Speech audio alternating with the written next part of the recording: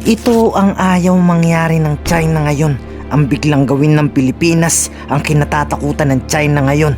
Ayon sa nakalap nating impormasyon, nagulat ang China sa biglaang pag-uutos na huwag matakot ang AFP sa warning ng China. Ayon kay Colonel Medel Aguilar, inutusan na ni BBM ang AFP na protektahan ang itatayo sa West Philippine Sea na infrastructure island matapos sabihin ni BBM pumalag pag pinigilan ito ng China.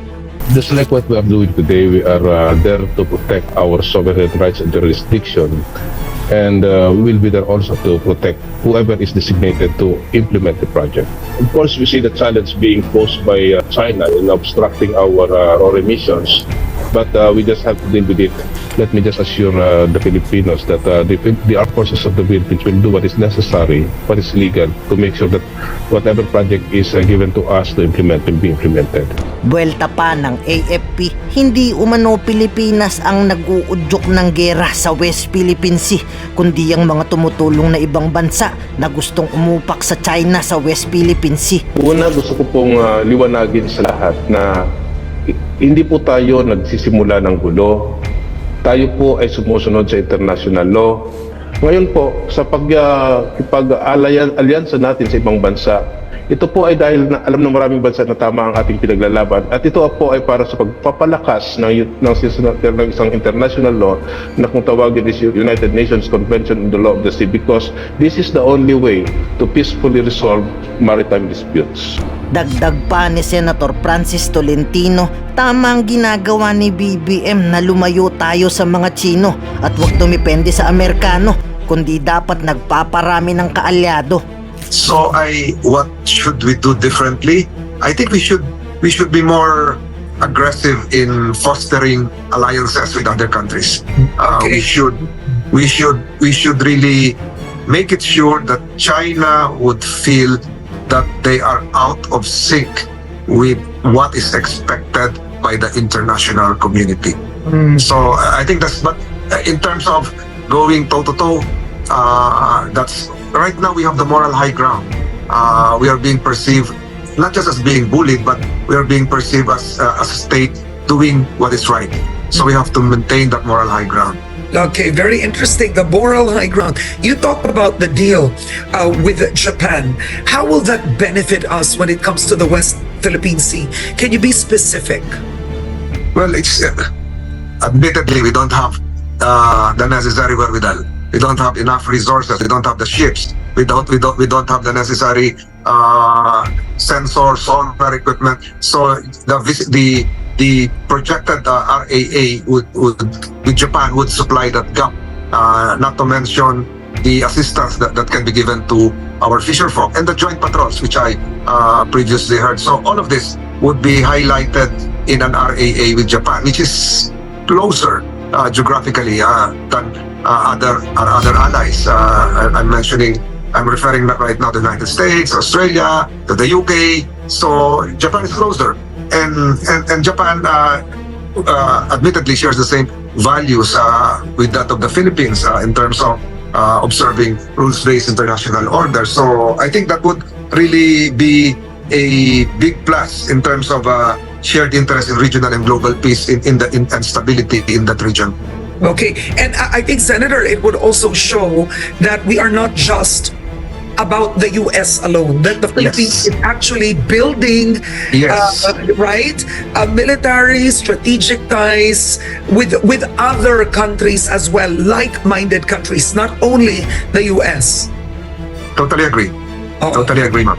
Okay, all right. On another note, former Senior Associate Justice Antonio Carpio suggested at one point that there be a dialogue in terms of conduct in the Scarborough Shoal, right? And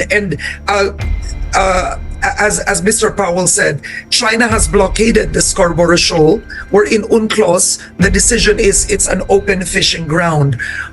What can be done in terms of the Scarborough Shoal for more countries to benefit from the Scarborough Shoal?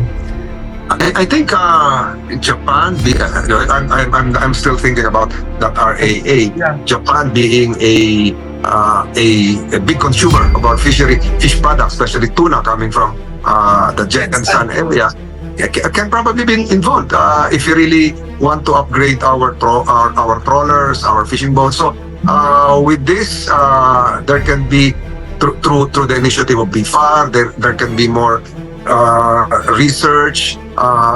There can be more fishing activities with like-minded countries. So it's more of a civilian type of initiative rather than doing it via the gray ship, so to speak. And what you're suggesting is really just it's almost like be more proactive, be there, involve.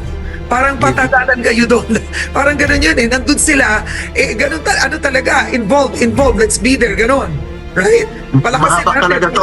It is really a protracted engagement. This will not be settled within perhaps a decade. So mahaba talaga to. So we have to lay the proper foundations so that in the long run, people, not just in our region but in other areas as well, would realize that what we're doing is right. Okay, now when it comes to, I know that for 2024, there's a budget of 100 million pesos or more. You know the figure better for the rehabilitation of Ayungin Shoal. Tama ba, sir? Perhaps I'm not privy the to exact the details. Yes. Okay. Yeah, all right. But Mr. Powell gave a suggestion in terms of strategy on how it's quite predictable for China in terms of the resupply missions, right? They're so aware of the resupply missions, the schedule, how it's going to be done, to the point that you just have their vessels really waiting in the wings. What can be in that particular area to strengthen one BRP Sierra Madre, the presence that doesn't disintegrate, and also Ayungin Shoal?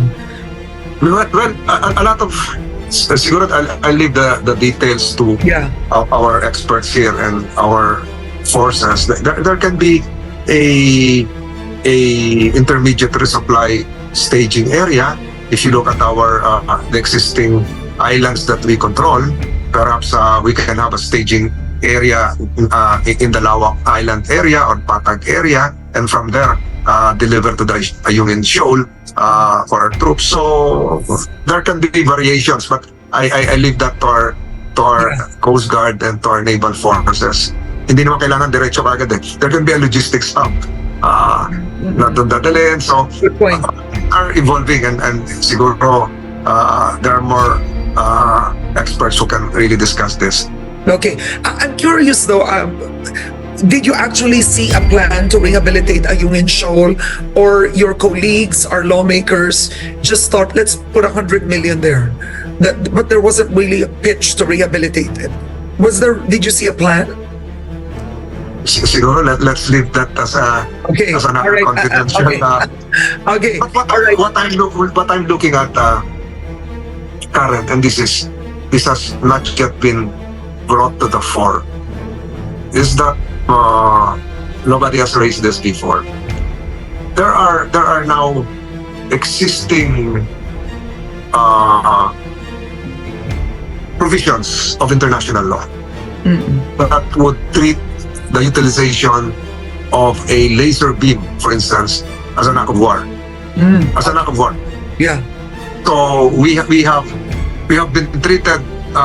We have an incident this year concerning the utilization of a laser beam. So it's an act of war. Twice.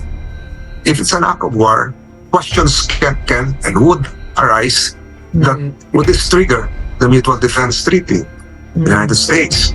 So these are red flags that we should really be aware of, and this has not yet been raised. Water cannoning is a lower level, but there are now provisions of international law concerning the utilization of laser beams as an act of war. Ngayon, ikaw bilang Pilipino, ano ang masasabi mo at reaksyon sa balitang ito? Mag-iwan ka ng komento sa ibaba at atin pong babasahin isa-isa.